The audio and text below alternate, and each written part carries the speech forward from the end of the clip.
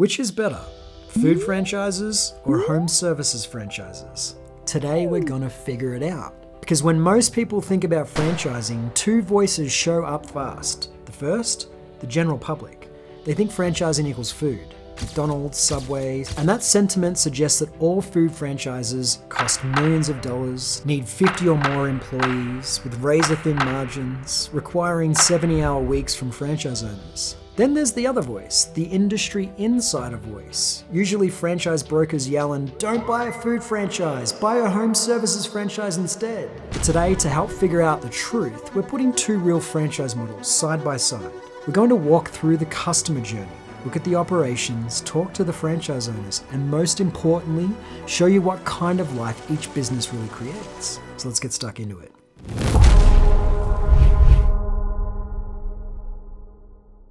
Now, in the last few years, home services franchises have exploded. No storefront, low investment, high margins, better for almost everyone. But today we're going to find out if that's actually true. We're looking at one of the strongest brands in the category, Footprints Floors. Now, here's something most first-time franchise buyers don't fully get. If you're in home services, marketing isn't just important, it's half of the whole game. It's often what separates winning franchises to franchise investments that end with you closing your doors after never really figuring out how to get customers through it. Which is why I always say, if your franchisor isn't world-class digital marketing, don't walk, run. So let's take a look at how Footprints Floors shows up in the real world. And let's use this brand as a good example of how a home services franchise model should work and who it's best suited to. All right, so first up, SEO. Let's take a look here. So we'll pop in flooring restoration near me. Down here in the first place, I can see it, you guys can see it here, is the first organic ranking here is Footprints Floors. That's money. You want this, you want your local specific landing pages optimized for the franchise owner. It says Denver right here. Before I click at that, most people want to validate, is the brand real?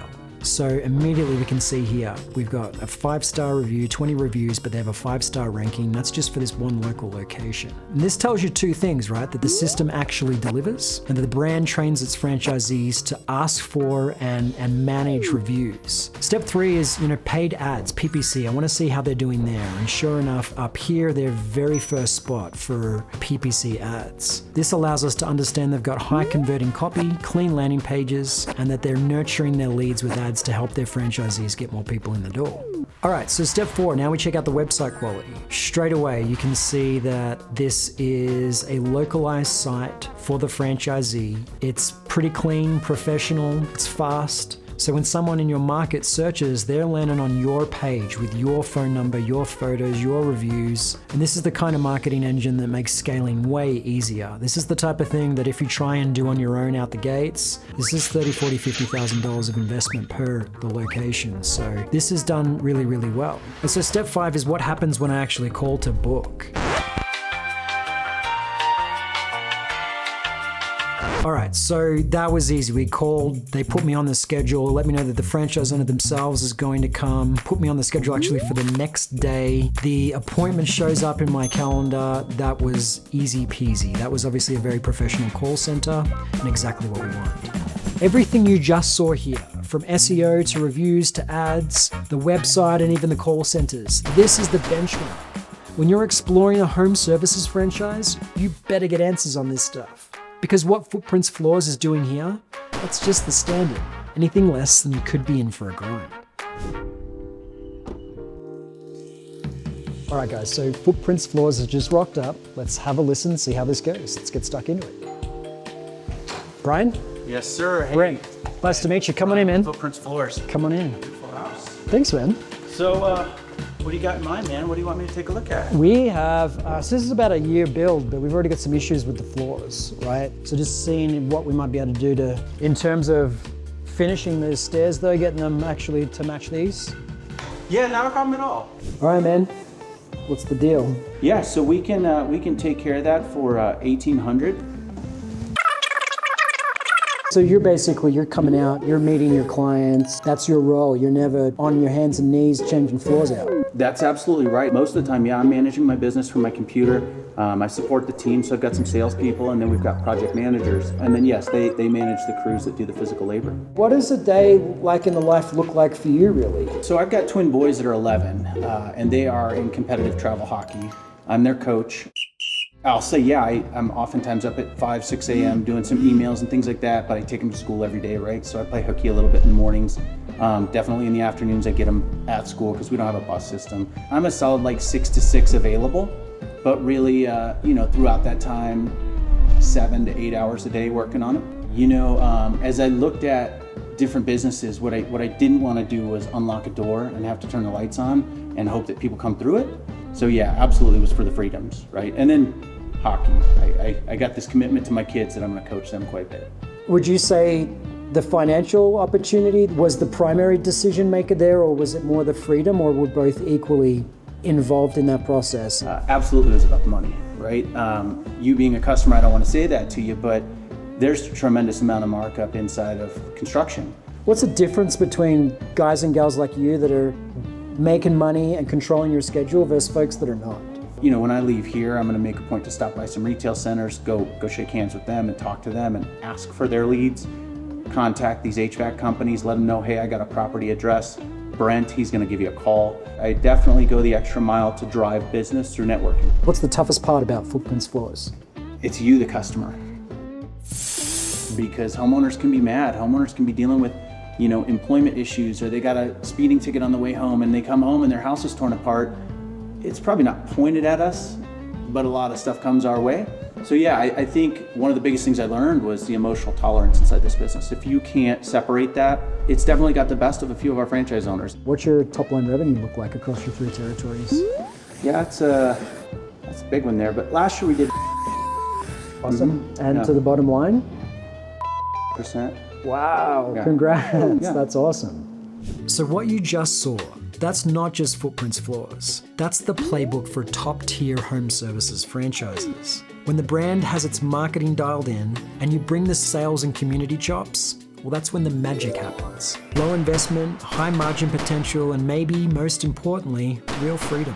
Owners picking their own schedules, no storefront, no night shifts, just a lean, profitable business with real lifestyle upside. But what if that's not you? What if sales isn't your thing?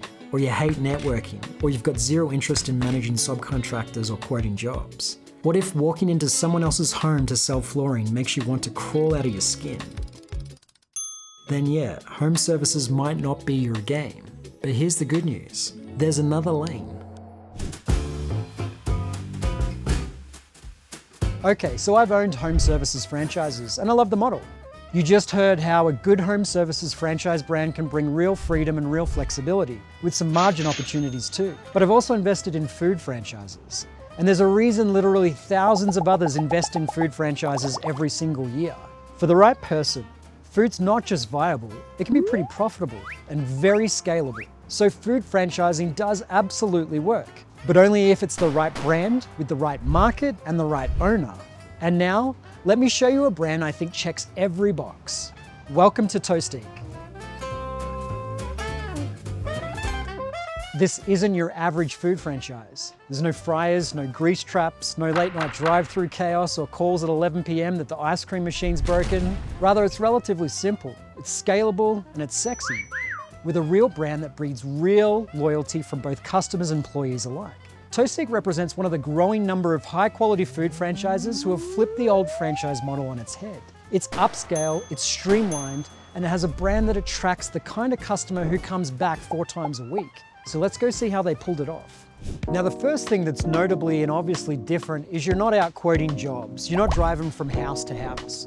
You've got a real polished storefront. And every hour of every day, people walk by it. And if the franchisor knows what they're doing, like Toastique seems to do, they don't leave the location to chance. Right here, we have a Crumble Cookies, a health food grocery store in Sprouts, and a fitness center, all anchored right by this location, which is obviously a very deliberate move by the franchisor.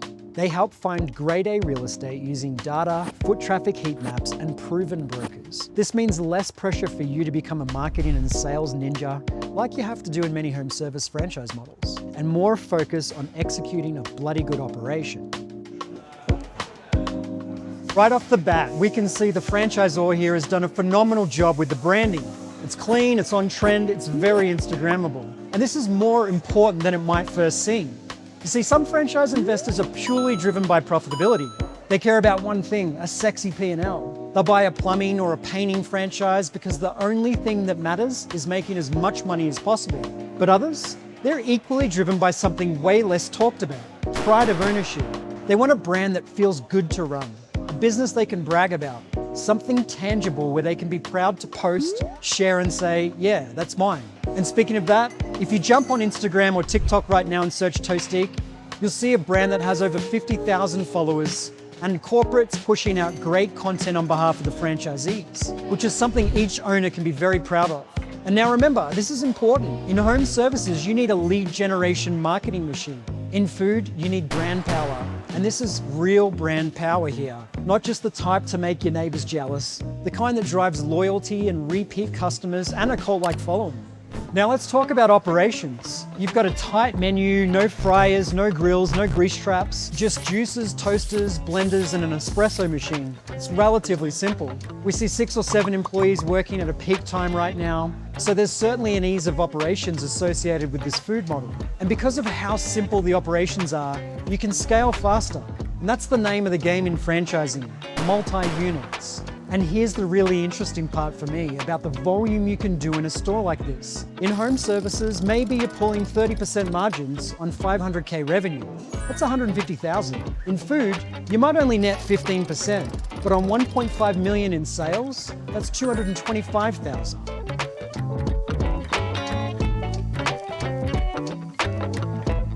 Now let's talk about the product. Avocado toast, cold pressed juices, acai bowls, and coffee.